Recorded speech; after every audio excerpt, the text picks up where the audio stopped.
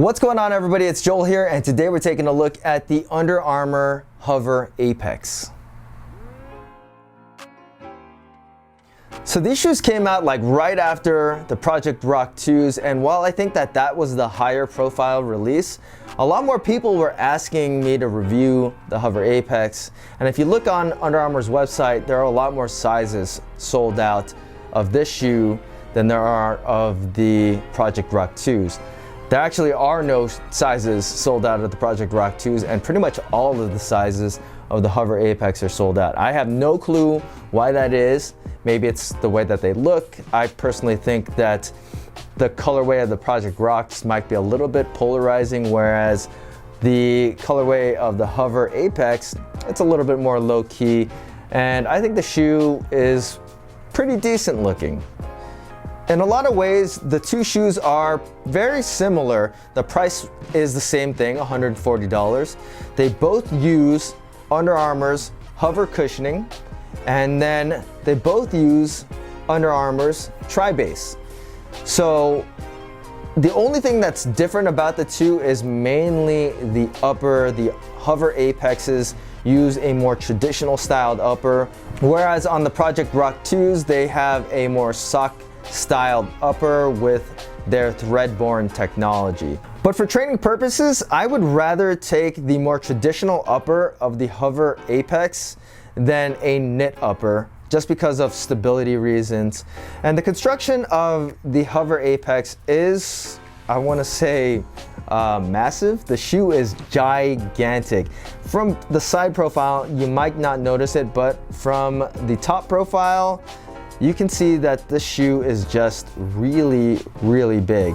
And in a lot of ways, it resembles the Nike Monarchs, which are the daddest of dad shoes. They feel identical when you put them on. They just feel massive on your feet.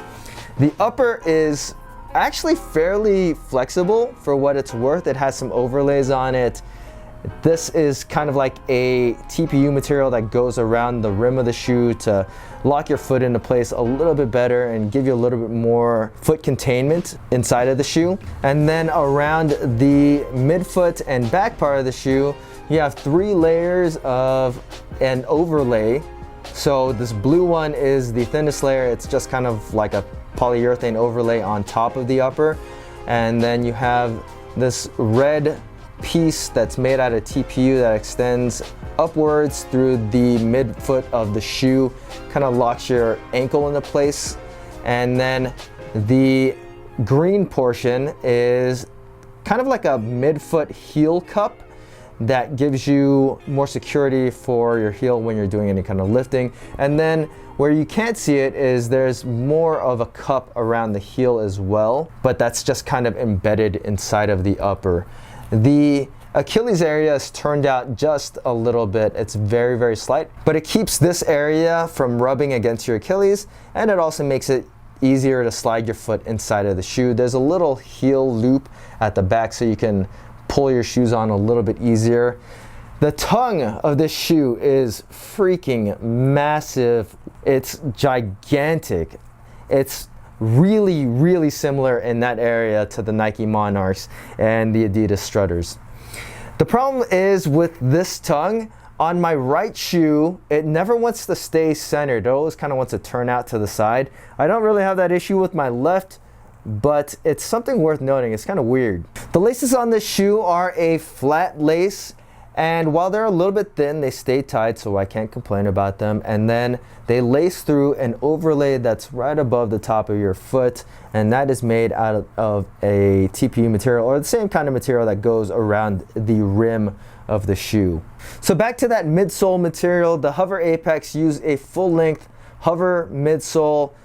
The HOVR technology is supposed to make your feet feel like they're floating, and honestly, it's like one of my favorite cushioning technologies. I think it's really responsive and it's really comfortable to wear for extended periods of time as well. The drop on this shoe is 8 millimeters, but it feels generally flat from heel to toe. And then the outsole pattern is a full-length rubber outsole. It features the tri-base technology, so there's good flexibility in the forefoot, whereas the midfoot and the heel are very, very stable on this shoe. The weight of this shoe is 13 ounces for a men's size 10, so it is definitely not a lightweight shoe. When it comes to sizing your HOVR Apex, I'm going to say go with your standard training shoe size or your normal shoe size. I feel like these run pretty true to size in length. The toe box is very, very wide open just because they're so big and massive of a shoe. The midfoot doesn't really have any kind of arch to it or anything, so if you have flat feet, you're not gonna have to worry about anything there. And then I haven't run into any kind of issues with heel slip or anything. I feel like the HOVR Apex fit my feet really, really well. And if you have wide feet, you're gonna really love wearing these shoes. But if you have narrow feet, you might wanna think about sizing half a size down. Personally, I got these in a size 10, like all of my other training shoes, and they fit me right on the money. So the HOVR Apex are classified as a training shoe. And throughout all the workouts that I've put these through, I still don't really know what I would gravitate towards using the HOVR Apex for. And that's just because they're kind of a weird shoe. They're really big, but despite the massiveness of the shoe and the heft of it, they're actually pretty flexible. There's good midsole cushioning. They're pretty responsive. There's pretty decent bounce for if you want to run, but they're big and they're clunky, so I wouldn't take them on any kind of extended runs. You should be comfortable running up to about a mile in these shoes, but past that, I don't think I would want to run in these very much longer. If you were looking to do any kind of running in the shoe at all, you're probably better off just sticking to like 100-meter sprints, maybe 200 meters, maybe 400 meters at a time.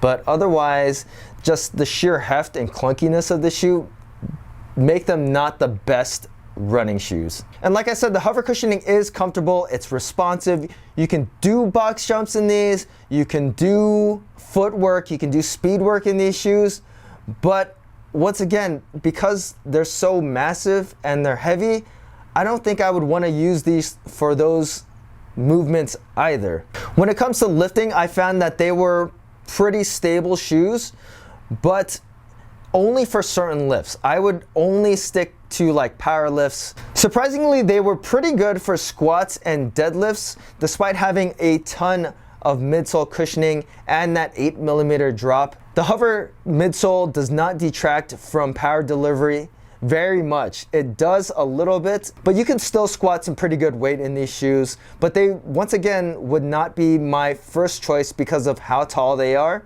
and how much cushioning they have. I think the best performance feature of the HOVR Apex is just how laterally stable they are. You can really feel that in the ankle part, heel part of the shoe because of all of the overlays that cup your heel into place. You can get a lockdown fit around your ankle because of the way that the laces work through the red overlay of the shoe. But then again, what would you use these where you would really need to laterally be stable for?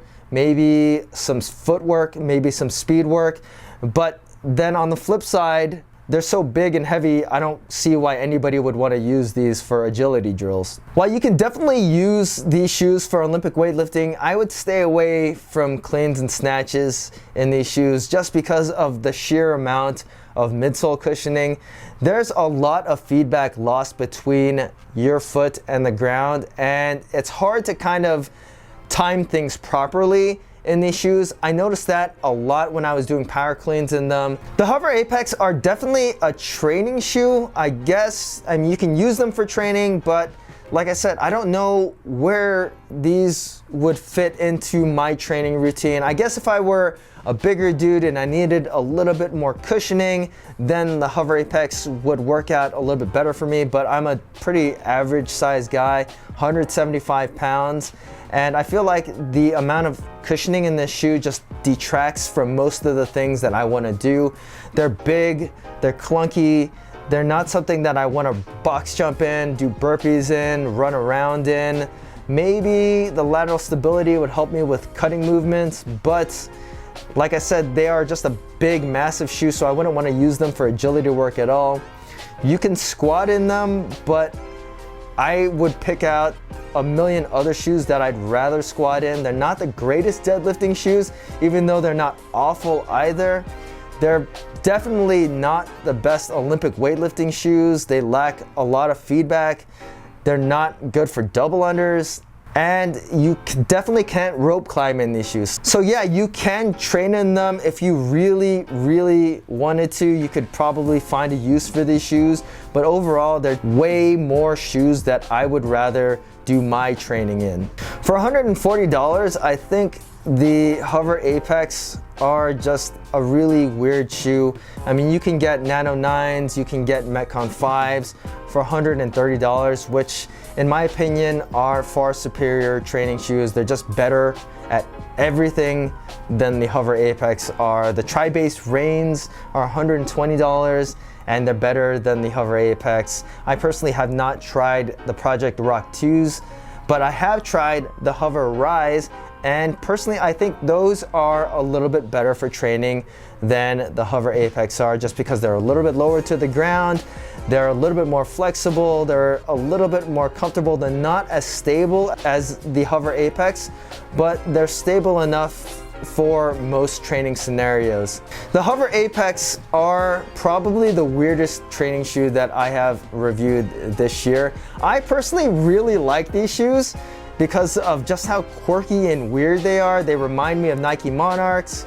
They're like the new age dad shoe in my opinion. They're big, they're comfortable, they're easy to wear around, but for serious training, they would not be a top pick for me. If you guys have any questions about the HOVR Apex, feel free to leave them in the comment section. And as always guys, please hit that like button, subscribe, and thanks for watching.